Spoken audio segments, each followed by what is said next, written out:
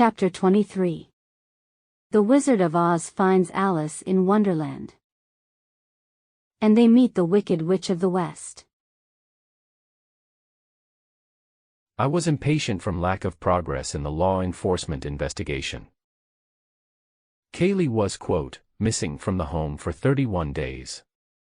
There was no real evidence being found. Cindy and George were in full stride, for 6 months, misleading law enforcement. The investigators never considered that an entire family would cover up what was clearly a murder of their 2-year-old child. The possibility of such deception was not in my thoughts when I began researching this story. I didn't want to believe such things about Cindy in particular. But by now, I had accumulated my doubts. I could see what law enforcement was not able to see. I looked at the evidence with an open mind. That is what defines my role here.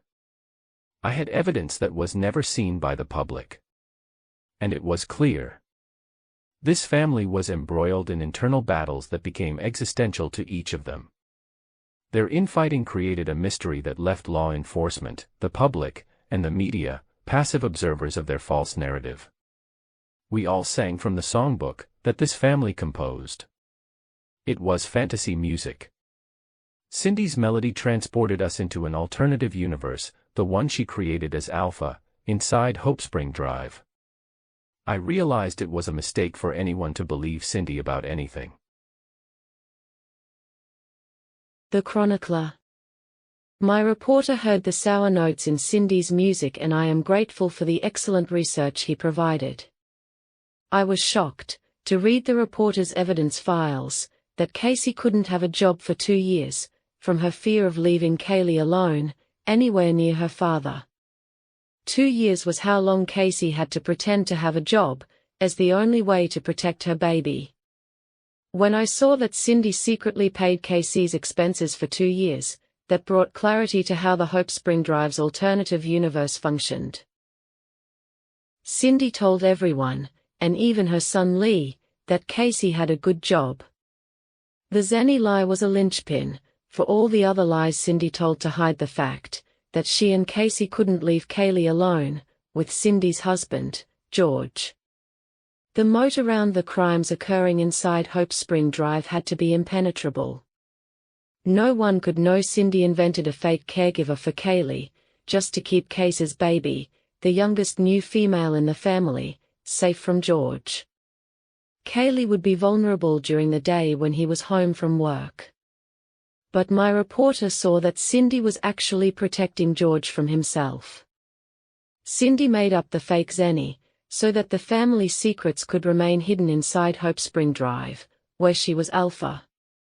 At times, I felt like I was held captive by this family just from reading the metaphors my reporter included in his memos. My reporter made mental comparisons to the evil witch, in the Oz story. The witch hated Dorothy's innocence, which in his narrative, was Kaylee. Why would Cindy hate Kaylee? I asked myself. We talked about it later, and I came to agree with him, that Cindy couldn't live with the disruption that Kaylee introduced into her family. I remained diplomatically silent, with my objections to some of the perspectives that he sometimes advocated. I often intentionally replied cryptically, so our different points of view could lay out a composite insight that is unique. My reporter and I have different, and often opposing narratives of the evidence. We want our readers to experience the unfolding story with an open mind. This story started out being called the trial of the century in the media.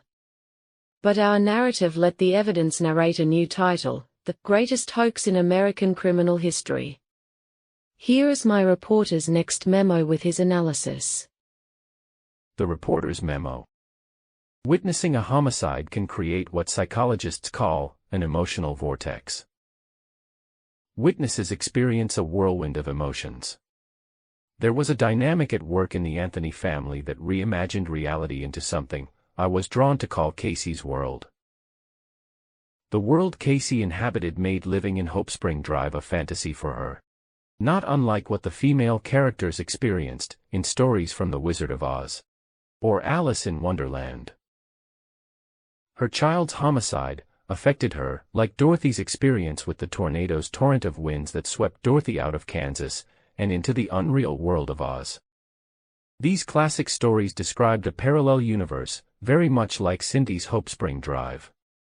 The court's evidence files immersed my narrator and me into that alternative universe. The family's home was in Orlando, and appropriately, it seems, their reality was a Disney-esque version of Oz's Emerald City. The Anthonys had their own mythical character, the family created and inserted into the script themselves. Zanny the Nanny. His memo compared the Anthony family to characters we can recall from The Wizard of Oz and Alice in Wonderland stories. He chose wonderful metaphors. I had to agree that we were chronicling a bizarre and tragic family history that moved in and out of parallel universes. My hope as the narrator has been to find justice for the silent victim of this family's world. Their dead child, Kaylee. Case's 2-year-old daughter symbolized Dorothy's ruby red slippers. Because Dorothy dreamed her slippers would connect her to the real world she lost, her home in Kansas. Alice in Wonderland was the other fantasy book metaphor to emerge from the court's evidence files. In Alice, an immature girl falls down a rabbit hole and finds herself in an alternative universe, created by adults. The Hope Spring Drive home functioned like that rabbit hole in Alice's story. Cindy and George couldn't live with Kaylee's paternity threatening them. They had to remove the threat of her unknown paternity by removing Kaylee. They ultimately succeeded by homicide. The drama in the home on Hope Spring Drive is torn from the pages of Oz and Alice in Wonderland. Cindy's parallel universe was reality inside Hope Spring Drive. For Casey, the only thing that was real was Kaylee. Quote from Alice in Wonderland. If I had a world of my own, everything would be nonsense. Nothing would be what it is, because everything would be what it isn't. My reporter called my attention to the improbably named street, Hope Spring Drive, where the drama of a family's cover-up of their child's murder was unfolding in front of us. He told me the world surrounding the family's cul-de-sac in Orlando could easily have been a stage set for The Land of Oz or the Alice in Wonderland films. He expected that the detectives should have seen that Casey was a living model for the roles of Dorothy and Alice. I was not convinced, but I knew the investigators from day one saw the missing child's mother as someone who should be executed by the state for murdering her daughter, Kaylee.